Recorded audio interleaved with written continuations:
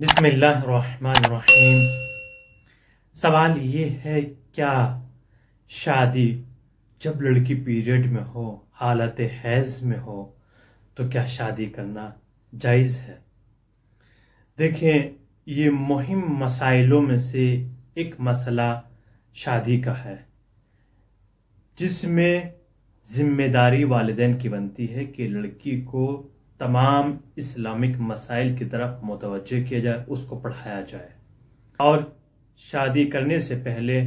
ماں والدہ کو چاہیے کہ وہ بیٹی سے اس مسئلے پر گفتگو کرے، شادی کے بارے میں، اور یہ معلوم کرے کہ اس حالت میں ہے یا نہیں، جو مہینے میں ماہواری کہا جاتا ہے، پیریڈ یا حیض کہا جاتا ہے، اس حالت میں ہے یا نہیں۔ معلوم کرنے کے بعد بیٹی کی شادی کی تاریخ مشخص کی جائے۔ لیکن مسئلہ یہاں پر یہ ہے کہ والدین ان تمام چیزوں کی طرف متوجہ نہیں ہوتے ہیں، اور بالخصوص اس چیز میں ماں کو آگے قدم بڑھانا چاہیے، چونکہ باپ تو بیٹی سے ان مسائل پر گفتگو نہیں کر سکتا ہے، لیکن بیٹی اور ماں کے درمیان میں ان مسائل پر گفتگو ہو سکتی ہے، جس میں کوئی حرج نہیں ہے۔ تو مسئلہ یہ پیدا ہوتا ہے، اگر شادی کی تاریخ رکھ دی گئی اور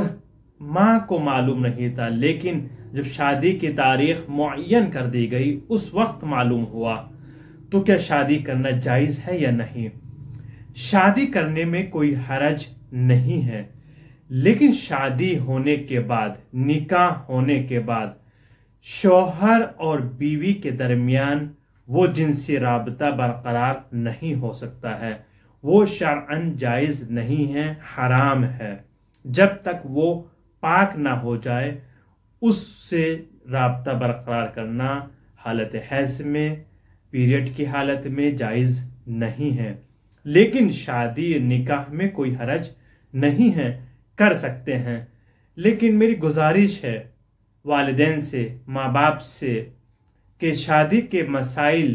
لڑکیوں کو بتائے جائیں، بیٹیوں کو بتائے جائیں، ان کو آگاہ کیا جائے۔ بالخصوص ماں کو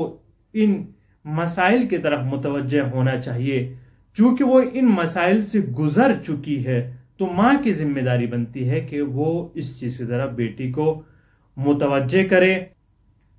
اور بیٹی کو بھی چاہیے کہ جب شادی ہو رہی ہے تو ان مسائل کو ماں سے معلوم کریں۔ اس میں کوئی شرم والی بات نہیں ہے، چونکہ بعض مسئلے آتے ہیں، کہتے ہیں کہ ہمیں شرم آتی ہے۔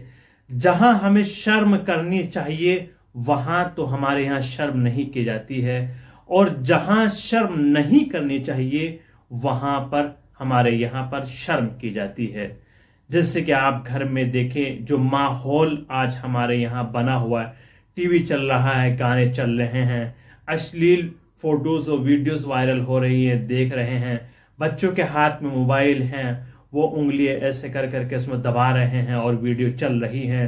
اور برہنہ لڑکیوں کی تصویریں آ رہی ہیں، وہاں سب دیکھ رہے ہیں، کوئی منع کرنے والا نہیں ہے، بچوں کو روکنے والا نہیں ہے۔